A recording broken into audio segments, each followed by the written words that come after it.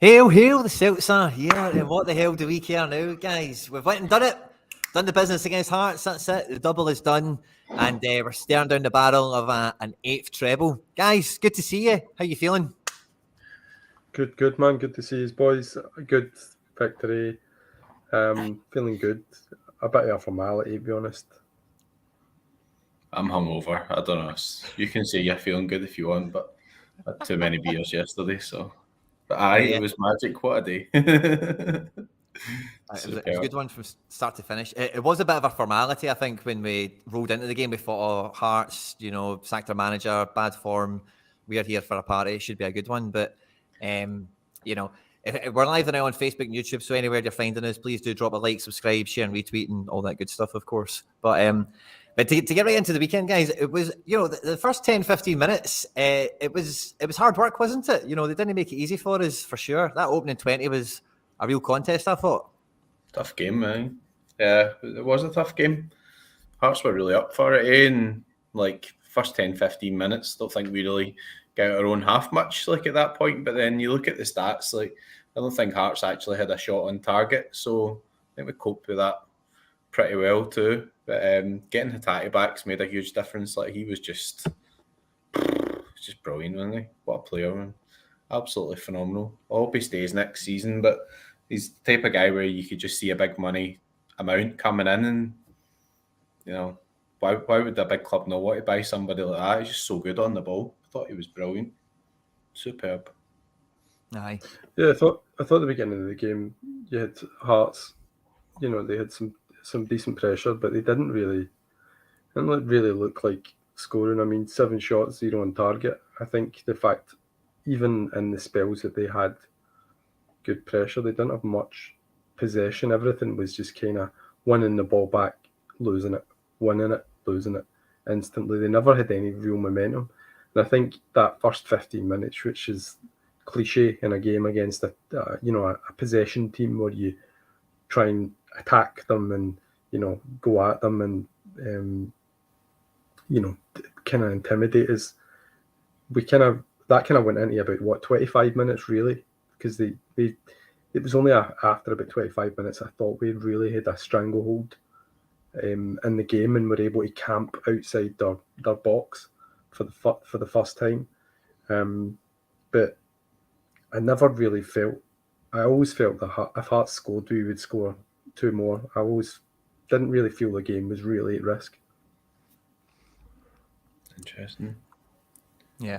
It was quite tight for that first part, and like you say, I don't know. I know they didn't get too many shots, right? But see, in that opening, like you say, probably took about 25 to 30 minutes for us to really get some momentum in the match. But that front three, when they were all on the pitch, that Oda, Ginnelly, and Shankland, they really did.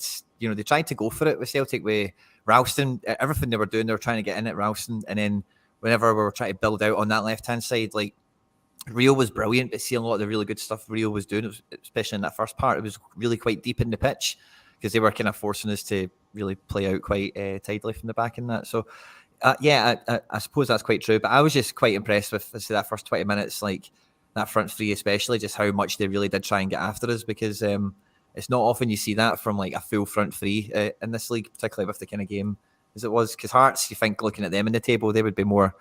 you'd think just try and get a draw or something, since they're fighting for third, and you'd obviously expect Aberdeen to drop the points. But no, so I was quite impressed with how they went after the game. But the big talking point of the first half, of course, which we were chatting about in the chat, I think, as the game was going on as well, was the red card, and I think that's divided a lot of folk in terms of, was it not? I think for me it was. If you're going to use VAR, it's a red card every day of the week. But if there's no VAR involved, then it's one of those ones where I'm not sure it's given very often, if ever. It's definitely a VAR penalty, isn't it? See the day before, I don't know if you've seen the Charlie Mulgrew one away at St Johnstone. I didn't. For me, that wasn't a red card, because I can't for the life of me imagine that the guy's going to get through to win the ball, to have a shot.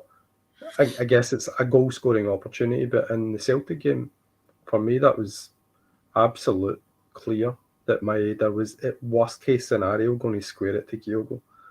I think he was definitely going to get a shot. I think a lot of people confused as well what the rule is. It's like, because I think people are thinking that he's to get a shot in after being smashed by by Cochrane, but it's not that. It's about if Cochrane didn't smash him, so if Cochrane didn't smash him, he's 100% getting a shot on goal. And I think anyone that says he isn't is just clearly deluded, because he's absolutely getting a shot on goal. I thought that straight away as well. When you see it through the angle, like at the normal TV angle, my initial reaction was, oh, he's through there. And then obviously when you see it for that angle, it does look like the guy's coming round. But the only reason the guy comes round on the cover is because he's fouled him. So like Maeda's like he's 2 yards clear when the actual foul happens, and I can see like why people are saying, oh, it's a wee bit soft and stuff. But Celtic have had much worse given against us. Like ball comes up, hit O'Reilly's hands, it's mirroring at home or whatever. They've given a penalty for it and all that sort of stuff. But I mean, it's an interesting one with VAR in terms of the actual like rules now, because like some of the rules when you're quite strict with them, then you're given all these sort of fouls and stuff. So if they make a change and they say, well, we'll look at the rules or whatever, that's fine. The problem is some games that don't have VAR, some games that do have VAR. You're playing games in the cup. Some of the people have got VAR. Sometimes people have not got VAR. So it's kind of difficult in terms of what you're doing with that. But yeah, it did change the game a wee bit as well. Obviously, Celtic dominated a bit more after that, but that might have happened anyway because we were coming into the game, I think, at that point. So, and a win and a clean sheet, we're talking about it, like good to get that kind of clean sheet even without Vickers there. Like we still looked pretty solid overall and stuff, which is good. I thought that looked really clean. They looked spotless. I thought, Taylor obviously didn't, in Sorare terms, have his best game. I thought he was okay. I think some lost possession probably cost him. I think he had mad lost possession on there, like 29. Oda rinsed him, but didn't he? Oda kind of done him a couple of times in the first 10-15 minutes. I think maybe the biggest change was probably because they took him off as well. It wasn't just a red card. Like, obviously, he looked pretty lively. He's not really much end product, but he got in behind Taylor like 2 or 3 times, really, from memory. He was pretty. He kind of looked dangerous. That's pretty harsh on him. 33. I thought he was far better than that. I think, like you said, he started that game that they beat Ross County 6-1. Looked really good. Started this one against us. Clearly, he's trusted now. I think he'll probably start the rest of Hearts games in the running.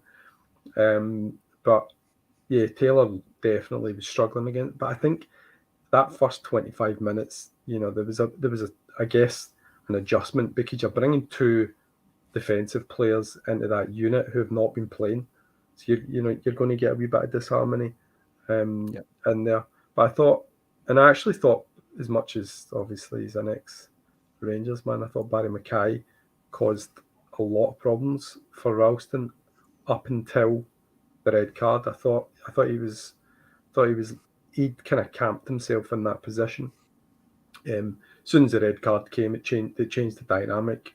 Ralston was suddenly able to camp himself in their half. I don't know where he's probably Ralston, I would imagine, would have got a massive amount of points in the final third because it seemed like he made a 7 lot penalty entries.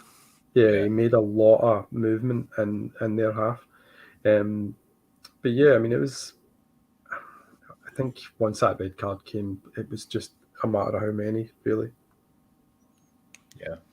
The other thing as well is I think no shots in target, but I'm pretty sure there were a few shots that were just kind of given offside and stuff like that. So you did kind of feel kind of under pressure first 10-15 minutes. Like it was kind of like this is going to be a difficult game. So probably the end stats probably don't reflect like the start of the game, at least up to round about the red card. But again, found a way to win comfortably again, and even with 2 guys coming into the back 4, being that solid, like with a really tough away game is just shows you can bring a couple of guys in and just you can still get the results as well, which is good because it's a strong squad, really, isn't it? Kobayashi, I thought a couple of times he looked a bit shaky. If that had been Starfelt, then the people would have been getting the bomb scare placards out for him and stuff like that. But you can see that when they were dominating the game a bit more. He would just kind of open up and just play the ball down the wing and stuff like that. And you see a difference, obviously, where he's comfortable on his left foot. And Starfelt looked quite solid in the right centre back because he wasn't been put under as much pressure on his weaker side as well. But it's great to get the win and the clean sheet, and then obviously still got some big games coming up here, even though the league's won. So big time. I thought the defence looked amazing, and like Kobayashi, like definitely a few of his passes once we got to like the halfway line, a few of them went out for throw-ins and stuff like that. But like I thought every time the ball was coming down from the air or was under pressure, he made some lovely like first time passes under pressure into space, and it really kept the play moving. And it really like that little triangle that you see there, Kobayashi, Rio, and Taylor, like in that first half, and even in the second half as well, obviously. But like the movement that those three and some of the play that they were able to do was really good. And it just felt like in the first half we had to do that really like coming out from our 18-yard box because of the pressure they gave us when it was 11v11.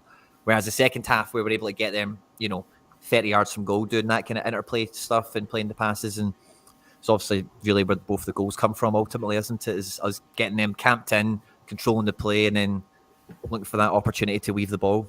It was harder as well. I think that the boy that played it's like a right kind of inverted full back because Hearts are on our system and style as well. Hill, I caught a bit of the Rangers game, by the way, and that boy Yilmaz was kicking about like he was Greg Taylor. If you don't, yeah, I thought Hill actually dealt with Maeda pretty well in the first half, as well as I've seen anyone deal with him. 5 interceptions, 8 duels won, but 4 tackles. I felt like eventually when Taylor was becoming more inverted, Maeda went far out wide. He was caught out of position quite a lot, particularly in the second half. Hill, and we managed to exploit it, especially when we're moving Jota and Maeda about as well. You could see that was really disrupting them.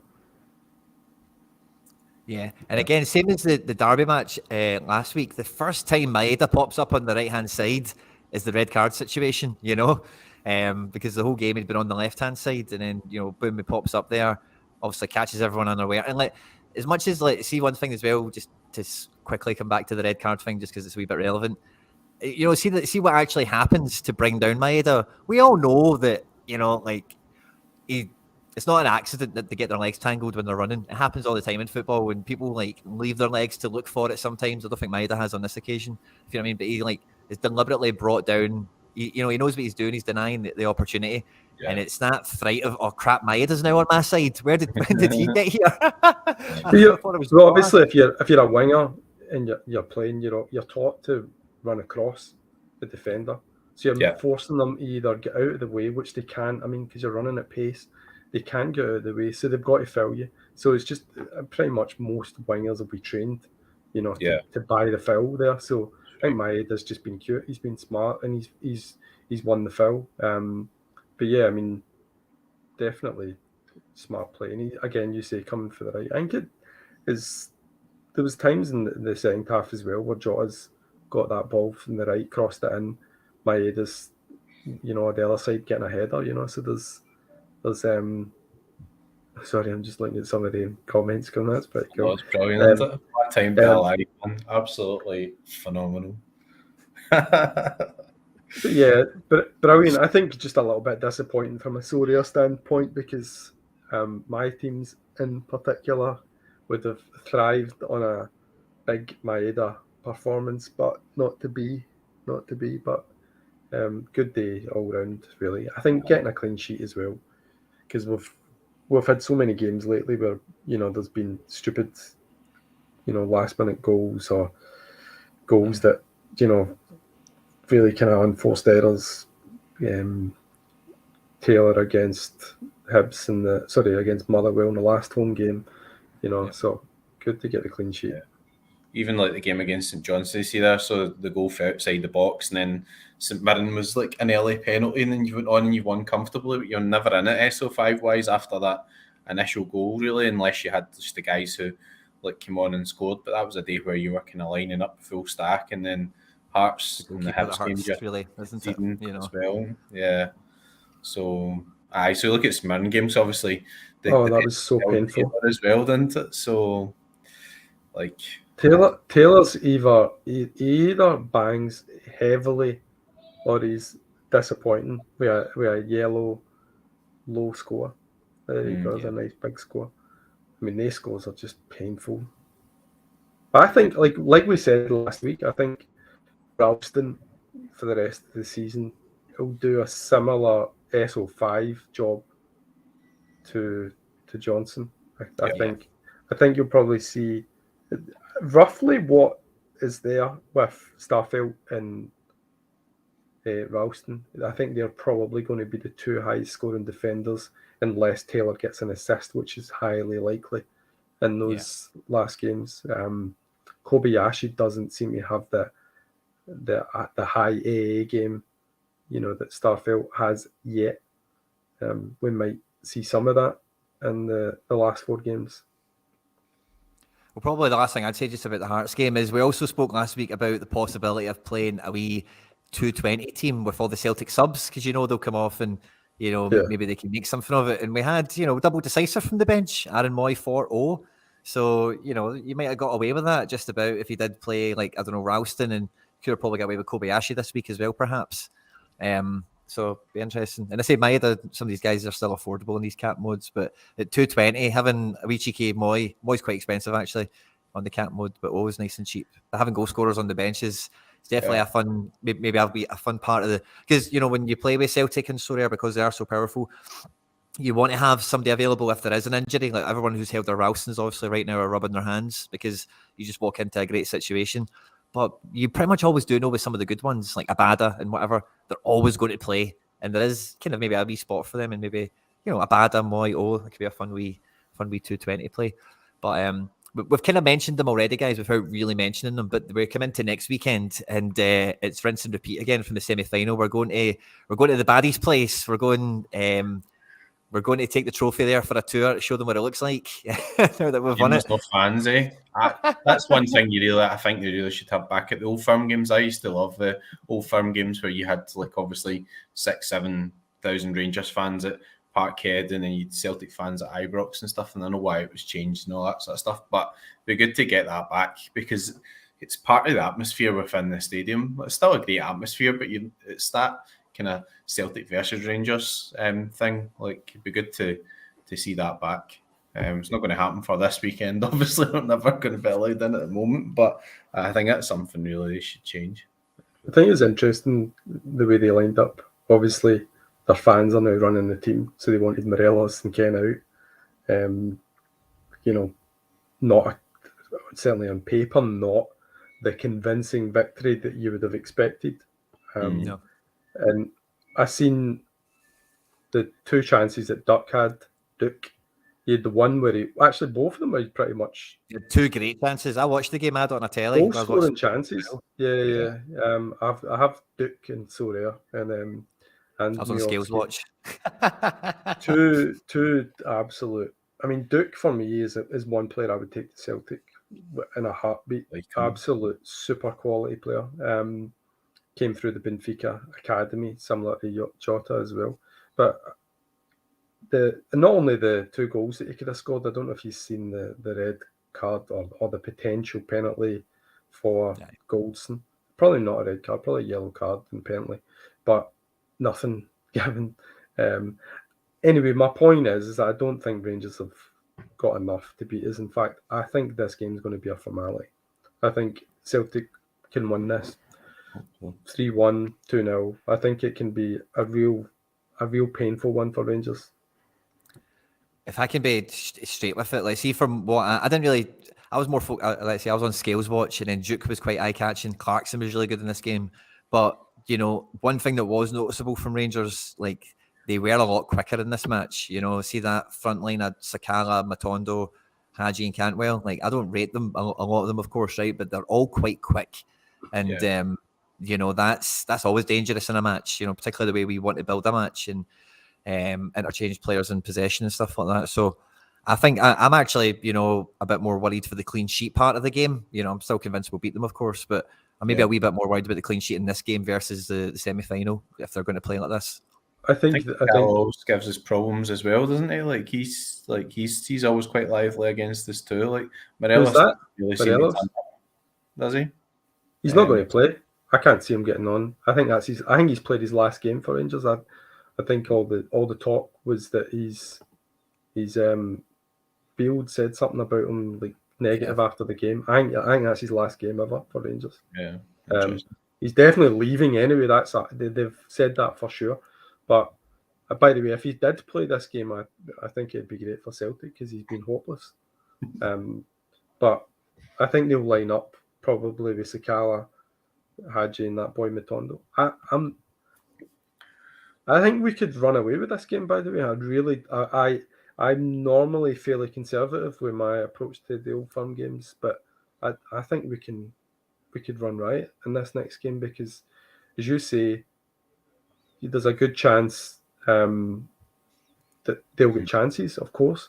But if you look at the chances that Aberdeen have got, halfway line they're pushed right up. Yeah, these are horrible chances to be given away. They're not little, half chances. These are absolute big chances. In the Sorare metric, legit BCMs. Big chance missed. So two of they're them. clear opportunities. You do that with Maeda, Jota, Kyogo, it's a goal, and they won't. I mean, they won't miss that. And I think if you go back to the game, was it the New Year, where Maeda's one possession in the middle of the pitch broke through the defensive line, and he's just smashed the ball away in 3 minutes of the game. I think I would expect something defensive like that. Their team just look a mess. I mean, they just look a mess defensively. You've got Goldson, who I think is a bomb scare now. But that is 100% a foul. It's a definite foul, that thing with Duke, because there's no two ways about it. One thing I'm just thinking about as we're talking and looking at this game is they did play McCrory in goals in this match, and he was like playing sweeper keeper. He was passing quite a bit and whatever. What do we think about McCrory if he plays this game for them over McGregor? Do you think they go back to McGregor if that matters? McGregor's an absolute liability. I mean, it's pure nostalgia. I think we personally would rather McGregor was in goals, because if you look at, the Jota goal at Parkhead, where Gregor had a good 70% advantage on him, and then Jota's just made that up and slotted it past him. It's just. I think a younger, more mobile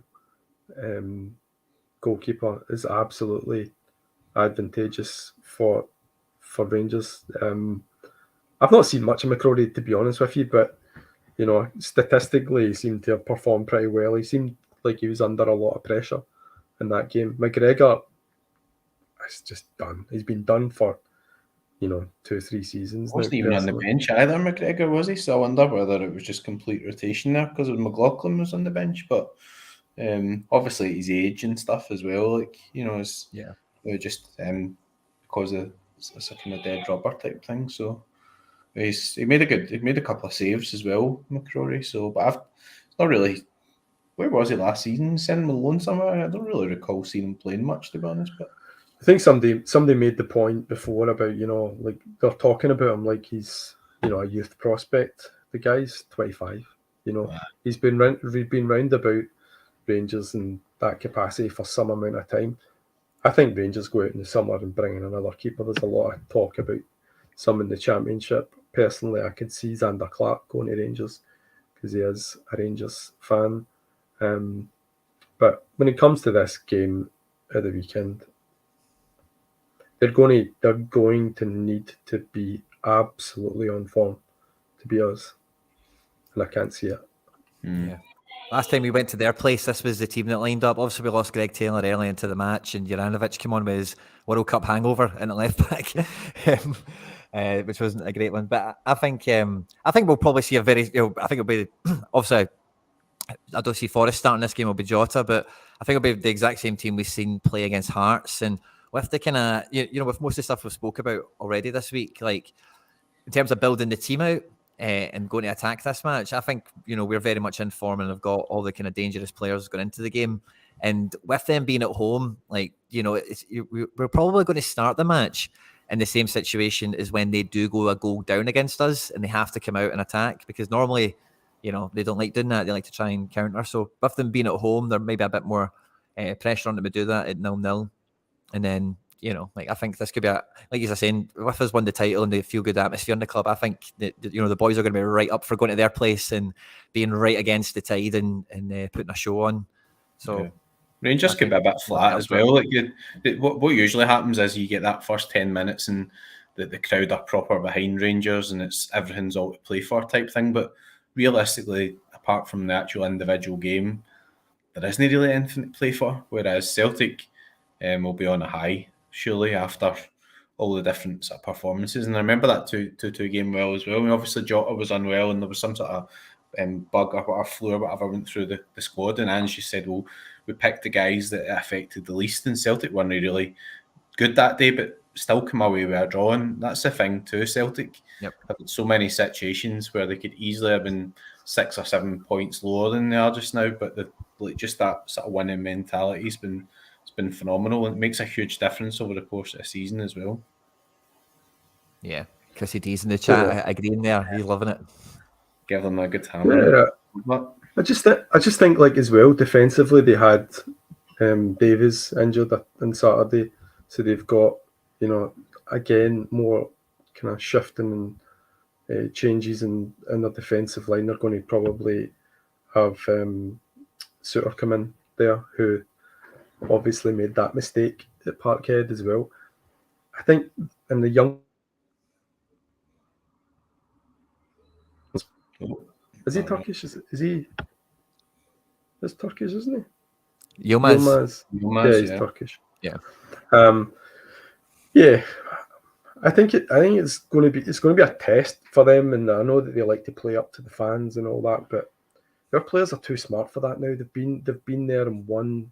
They've been there and routinely left with something. So I don't think they'll be intimidated by, you know, the atmosphere, and don't think they'll be so dumb about jumping in it for, you know, meaningless fouls. And I think it will be a nice, calm, composed game. I think if anything, you'll see Rangers playing for the crowd, because this game is it. This is the last game of the season for them. The next 3 games after that are friendlies, really. This is the shred of hope for them. Like, oh, look, we got a good result that time. You know, like that's what they need to give them something. You know, they're on the absolute scraps of taking a glimmer of hope into the off-season at this point. From Rangers' point of view, I mean, Rangers really need to get some sort of victory over Celtic or whatever. Like, I know it'll still be hollow, but if Celtic go and get another result, Rangers have literally not won any games against Celtic this season, plus Celtic have won all the trophies, so it doesn't really get any worse than that. And like, obviously, Morelos, I think the biggest blow with Morelos going and Kent going, it's not so much that they're going, it's the fact that at one point there were players that they thought like obviously would be valuable. So I think if Celtic do lose a couple of players, you could see maybe 20, 25 million or whatever coming in, so the money will be there to strengthen, whereas Rangers are going to have to bring in a couple of guys and try and build again, but they're not going to get any money in because the league is free. So just a question for you, right? Because this is interesting for me when I checked this the other day there. What has been Morelos' highest goals in a season? League goals? Since he's came out. League goals? Because he was a I top scorer. Say a smaller number. So I'm going to say 20, over 20. His highest ever league goal for Rangers is 18. 18? That was in the 2018-19 season. Oof. Apart from that, the next highest he's had is 14, and then I think 12, and then 12, and then 11 and 11. I think the myth and the legend of the guy seems to precede him, because the actual reality behind him is pretty damning. You know, he's not got the goal scoring record that you think. I think because of, you know, to be fair to him, and the one thing that you have to be, you know, honest and say, like in Europe, he had some pretty good performances and did manage to, you know, score fairly well for them in Europe, but his goal scoring record in Scotland has been pretty poor. Quinny, guess who's replied? Who's that? Tom C. Oh, really? Think we've got a deal done for Taylor. So McBride is trying to get the Taylor unique in off of a guy by the name of Tom C. So that's potentially. And my Big bit of wallet fun will for be you, a bit McBride. lighter shortly, but I think I'm going to go for it. I thought for a second that it was the Rangers commentator. No. Tom commentator. It's the goalie doing some business. So guys, Go, to Celtics. finish this off, I think we know that it's going to be the same team that's going to line up against Rangers. We're all quite agreed upon it's going to be a victory. We of course are probably going to be lining up the same SO5 teams, except for McBride, who's probably going to be getting his hands on a big shiny, unique Taylor, which is New going to be a lot of season fun for Taylor. him. Unique. And that'll be good fun. So guys, to finish this off, have we got a score prediction for the weekend? I think 2-0 or 3-1. I think we'll win by 2 goals. 3-0 Celtic. 3-0. I'll probably go with you, Mark. I'll say to win by 2. I think a 2-0 or a 3-1 feels about. I'm maybe a bit worried about keeping a clean sheet in this game, like I said earlier. And I think, we'll probably do enough. Be similar to the Hearts game, I think, in terms of the tempo and how many periods of the game you actually get to create some goals from. So I think it'll be around about the same, about 2-0, 3-1, something like that. Excellent. Awesome. Did your Celtic cards win you anything this week, guys? Back to the couch. Lovely. Do you know what? I paired my Celtic guys in the 240. I paired my Celtic guys with the Hibs boys, and they were doing well, Hanlon and Marsh, and St Mirren scored, didn't he? And it was a kind of route one ball right through the middle, absolute howler, just done me in. I get Really 330 in clawbacks. the 220. That's not bad. That's not bad. Yeah. I'm waiting for my goalkeeper to run tonight for Bologna, so let's hope for Bologna clean sheet, and then might get me something. Yeah, decent. good luck, mate. Let's hope he turns up and delivers. And we're champions again, guys. Hail, hail. And thanks to everyone that's joined us. Don't forget to like and subscribe, and champions again, away, away. Champions.